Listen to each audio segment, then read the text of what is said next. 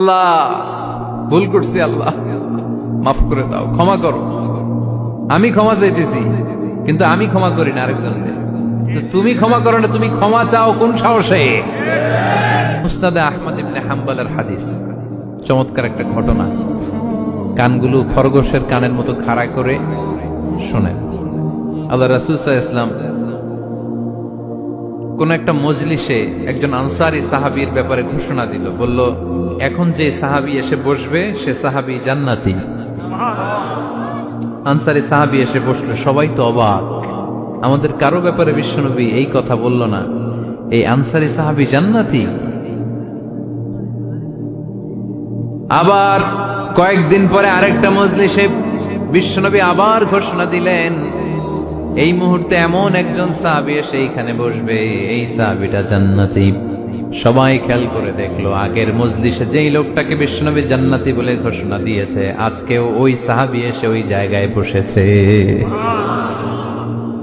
তৃতীয় দিন আবার বিশ্বনবী বললেন, এখন একজন সাহাবী এখানে এসে বসবে, সে জান্নাতি। সবাই খেয়াল করে দেখলো, ওই সাহাবীটাই আবার এসে বসেছে।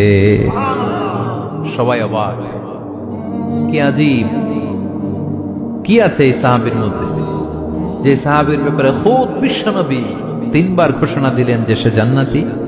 সবচেয়ে বেশি অবাক হয়েছিলেন সাইয়েদনা আব্দুল্লাহ ইবনে আমর ইবনে আস। মনে মনে ভাবলেন, এটা তো চারটেখানে কোনো কথা না, বিশ্বনবীর অ্যানাউন্সমেন্ট। দুনিয়ার বুকে বিশ্বনবী তিনবার এই আনসারী সাহাবীকে জান্নাতি বলে ঘোষণা দিয়েছে, নিশ্চয়ই এই সাহাবীর এমন বিশেষ কোন আমল আছে, এমন বিশেষত্ব আছে যেটা আমাদের মধ্যে নাই। যেমন করেই হোক এই সাহাবীর ভেতরের সব খবর আমার জানতে হবে। সাইয়েদনা আব্দুল্লাহ ইবনে আমর ইবনে আস একবার পরিকল্পনা করে ওই সাহাবীর বাড়িতে চলে গেলেন, যে বললেন, ভাই আমার আব্বার সাথে কয়েকদিন ধরে ঝগড়া, আমার ঘরে থাকতে মন চাচ্ছে না, তোমার বাসায় মেহমান হয়ে এসেছি, যদি তুমি অনুমতি দাও তোমার বাড়িতে 3 দিন মেহমান হয়ে আমি থাকতে চাই। কয়দিন?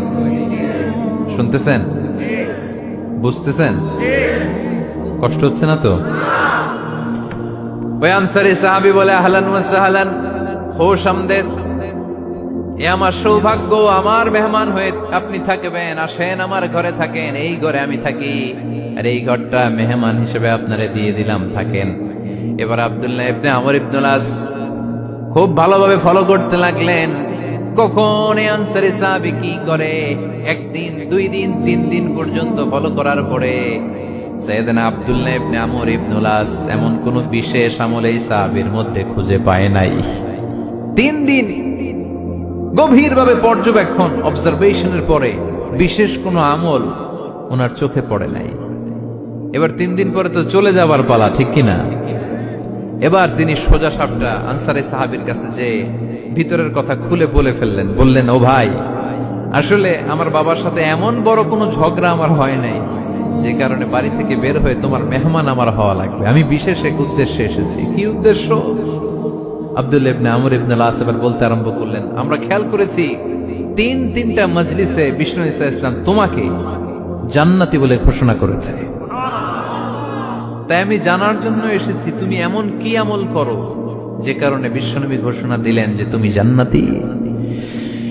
কি এমন বিশেষ আমল আছে তোমার, আমার একটু বলো, আমি ওই আমল করে জান্নাতি হতে চাই। আল্লাহু আকবার।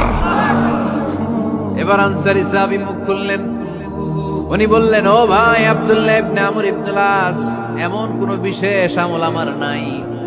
হালাল পন্থায় রুজি করি, ব্যবসা করি, নামাজের সময় নামাজ পড়ি, রাতে এসে ঘুমিয়ে যাই, ফজরের আগ দিয়ে উঠে তাহাজ্জুদ করি, সময় মতো জিকির আজকার করি, কোরআন তেলাওয়াত করি, কিছু দান সদকা করি। সবাই যা করে আমিও তাই করি, স্পেশাল কোনো আমল আমার জীবনে নাই। তবে আব্দুল্লাহ ইবনে আমর ইবনে আস, শুনে রাখো, একটা কাজ আমি প্রতি রাতে করি, হয়তো বা এই কারণেও বিশ্বনবী আমার ব্যাপারে এমন ঘোষণা দিতে পারে। আব্দুল্লাহ বললেন, ও আনসারী সাহাবী, কি কাজ তুমি করো? এবার আনসারী সাহাবী বলতে লাগলেন, প্রতি রাতে যখন আমি আমার বিছানায় ঘুমোতে যাই, আমি কারো ব্যাপারে কোনো রাগ, কোনো হিংসা, কোনো ক্ষোভ অন্তর নিয়ে ঘুমাতে যাই না। ওই দিন যার সাথে যা হয়েছে সবাই রে মাফ করে দিয়ে মিটমাট করে একটা প্রশান্ত অন্তর নিয়ে আমি বিছানায় ঘুমাতে যাই।